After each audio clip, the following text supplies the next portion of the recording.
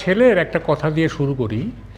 সেটা হচ্ছে, সে আমাকে একদিন বলছিল যে, বাবা, তোমাদের চেয়ারম্যান সাহেব যদি ইংল্যান্ড আমেরিকায় জন্ম নিতেন তাহলে উনি একজন বিল গেটস হতে পারতেন, অথবা ওয়ারেন বাফেট, স্টিভ জবস, তাদের সমকাতারে চলে যেতে পারতেন। কিন্তু দুর্ভাগ্য হচ্ছে যে উনি বাংলাদেশে জন্মেছিলেন। এই কথাটা আমাকে খুব টাচ করেছিল। কথাটা হচ্ছে যে আমাদের চেয়ারম্যান সাহেব যে এত ভিশনারি ছিলেন, মানে এটা ভাবা যায় না। মানে আমাদের রাজনীতিকরাও এত ভিশনারি না। একজন ব্যবসায়ী হয়ে উনি যে ভবিষ্যৎ দেখতে পারতেন, এটা মানে মানে আমার চিন্তার বাইরে। এবং দেখেন, ওনার কতগুলি জিনিস মানে অসাধারণ। যেমন ওনার কোনো খেলাপি ঋণ নেই, ওনার বিদেশে কোনো সম্পদ নেই, ওনার বিদেশে কোনো টাকা নেই, ওনার কোনো সেকেন্ড হোম নাই।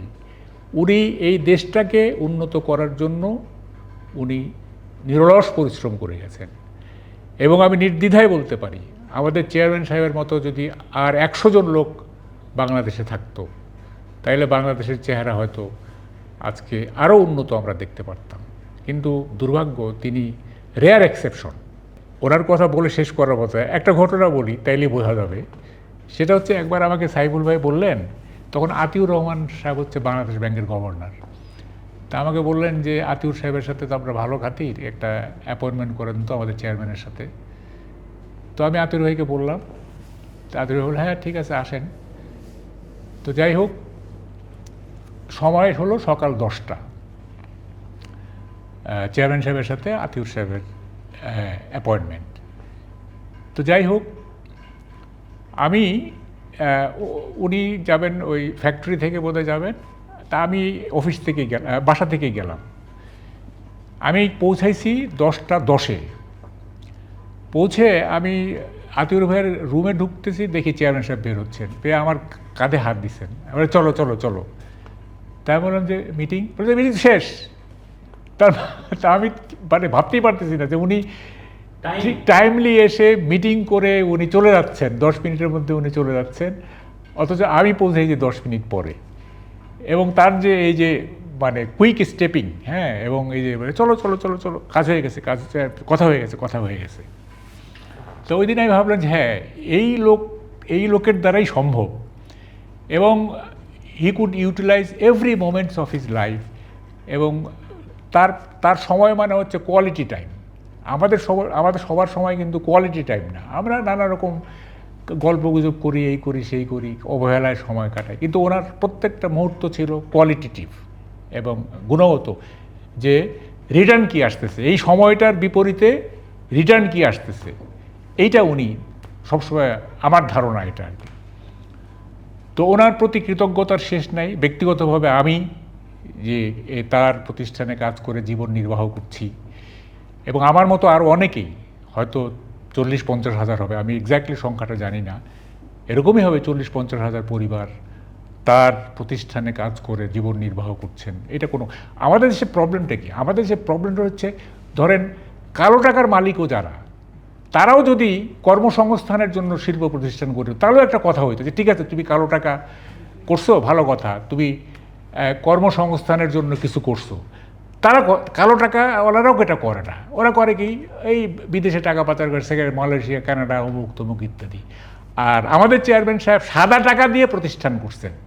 এটা একটা বিরাট ব্যাপার। কিন্তু তারা কালো টাকা দিয়ে করে না, আমাদের চেয়ারম্যান সাদা টাকা দিয়ে বিভিন্ন প্রতিষ্ঠান করে গেছেন এবং মানুষের কর্মসংস্থান তৈরি করে গেছেন। কারণ আমার দ্বিতীয় প্রশ্ন, অলরেডি আমার দ্বিতীয় প্রশ্নের অ্যান্সার আপনি বলা নিয়ে শুরু করছিলেন যে চেয়ারম্যান স্যারও একজন ছিলেন শিল্পপতি, আর বাংলাদেশে ওনার মতো আরও অনেক শিল্পপতি আছেন।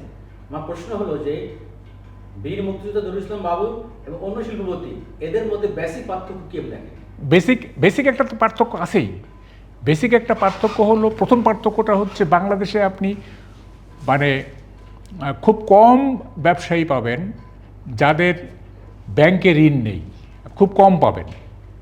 কিন্তু আমাদের চেয়ারম্যান সাহেবের ব্যাংকে কোনো খেলাপি ঋণ নেই।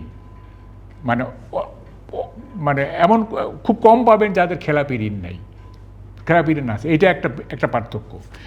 আর একটা হচ্ছে যে অন্যান্য ব্যবসায়ীদের আপনার সেকেন্ড হোম আছে, তাদের বাইরে টাকা পয়সা আছে ইত্যাদি, তাদের সন্তানরা বাইরে থাকে বা লেখাপড়া করে ইত্যাদি। কিন্তু আমাদের চেয়ারম্যান সাহেবের ছেলেমেয়েরা বাংলাদেশেই তার প্রতিষ্ঠান চালাচ্ছে, বাইরে দেশের বাইরে তারা নাই, তা দেশের দেশপ্রেমের টানে তারাই। এটা চেয়ারম্যান সাহেবের শিক্ষা, মানে লাইক ফাদার লাইক সন বা লাইক ফাদার লাইক ডটার। হ্যাঁ, এটা এটা তার শিক্ষা। এগুলো একটা পার্থক্য আছে। আর একটা পার্থক্য হচ্ছে যে ভিশনারি, মানে অন্যান্য ব্যবসায়ীরা চেয়ারম্যান সাহেবের মতো এত ভিশনারি। যেমন ধরেন এই Jamuna future park, Jamuna future park যখন প্রথম আমি বিজ্ঞাপন দেখি, হ্যাঁ, মানে এটা প্রতিষ্ঠিত হওয়ার অনেক আগে টেলিভিশনে যখন তখন আমি ভাবতেছিলাম যে আরে এটা এরকম একটা জায়গায় এইটা কি হবে, আমি তো বুঝতেছি না। হ্যাঁ, এটা মানে জায়গাটা তো একেবারে ব্যাকওয়ার্ড জায়গা বা এই জায়গা, তো এটা আমি বুঝতেছিলাম না।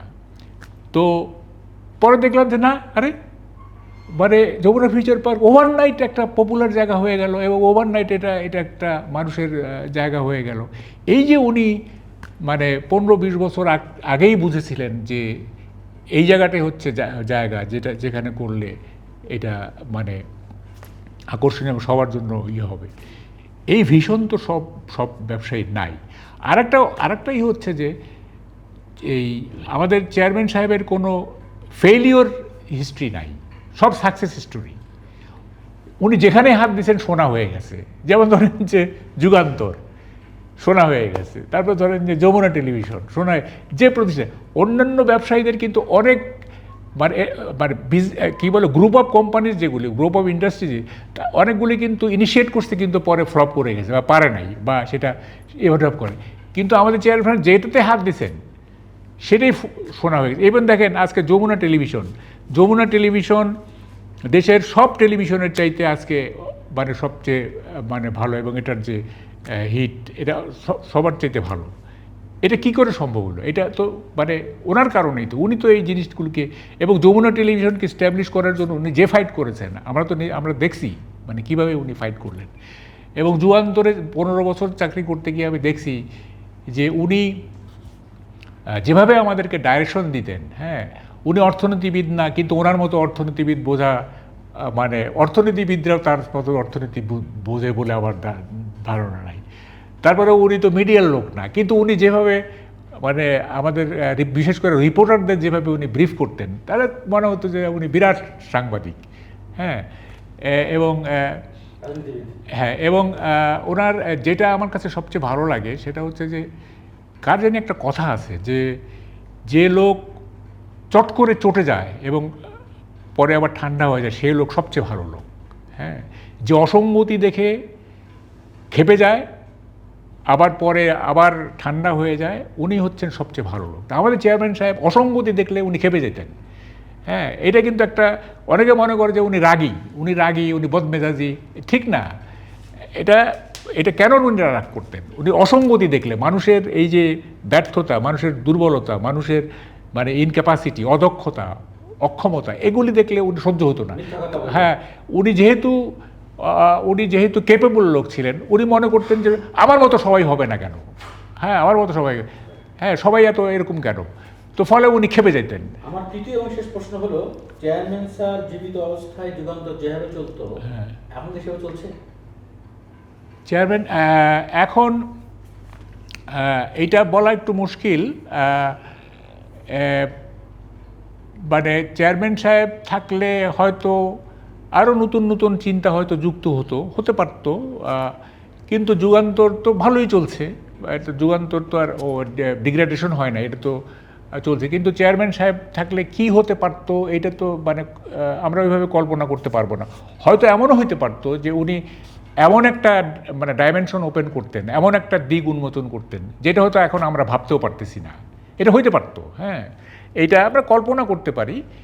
কিন্তু মানে সাইফুল ভাই বা আপনি বা আর যারা আমরা আছি সবাই যে যুগান্তরের এই যে ধারাবাহিকতাটা রক্ষা করে চলেছি, এটা তো কম কথা না। হ্যাঁ, তবে উনি থাকলে এইটার অন্য কোনো দিক বের হতো কি না, হয়তো উনি বলতেন যে একটা ইংরেজি কি বলে যে একটা ইংরেজি পত্রিকা বের করি চলো। হ্যাঁ, যেহেতু আমাদের কোনো ইংরেজি পত্রিকা নাই, এটা হইতে পারতো এটা একটা মানে কি বলে গ্রুপ অফ পাবলিকেশন হয়ে যেতে পারতো, বা অথবা হয়তো যুগান্তরের এমন কিছু উনি যুক্ত করতেন যেটা হয়তো আমরা এখন ভাবতে পারতেছি না। তো সেটা তো হাইপোথেটিক্যাল, কিন্তু এখন আমরা যেভাবে চালাচ্ছি, আমরা তো মানে সবাই যোগ্য, সাইউল ভাই যোগ্য, আপনি যোগ্য, অন্যরা সবাই যোগ্য, আমরা হ্যাঁ এটা আমরা চালাচ্ছি। হ্যাঁ, এবং এইটাই হচ্ছে বাবুল সাহেবের প্রতি আমাদের যে কৃতজ্ঞতা, বাবুল সাহেবের প্রতি আমাদের যে ভালোবাসা, শ্রদ্ধা, এই যে আমরা তার কর্মকে কন্টিনিউ করতেছি এবং সাকসেসফুলি কন্টিনিউ করতেছি, এটাই বোধহয় তার প্রতি আমাদের শ্রদ্ধা এবং কৃতজ্ঞতা সবচেয়ে বড় সাক্ষ্য।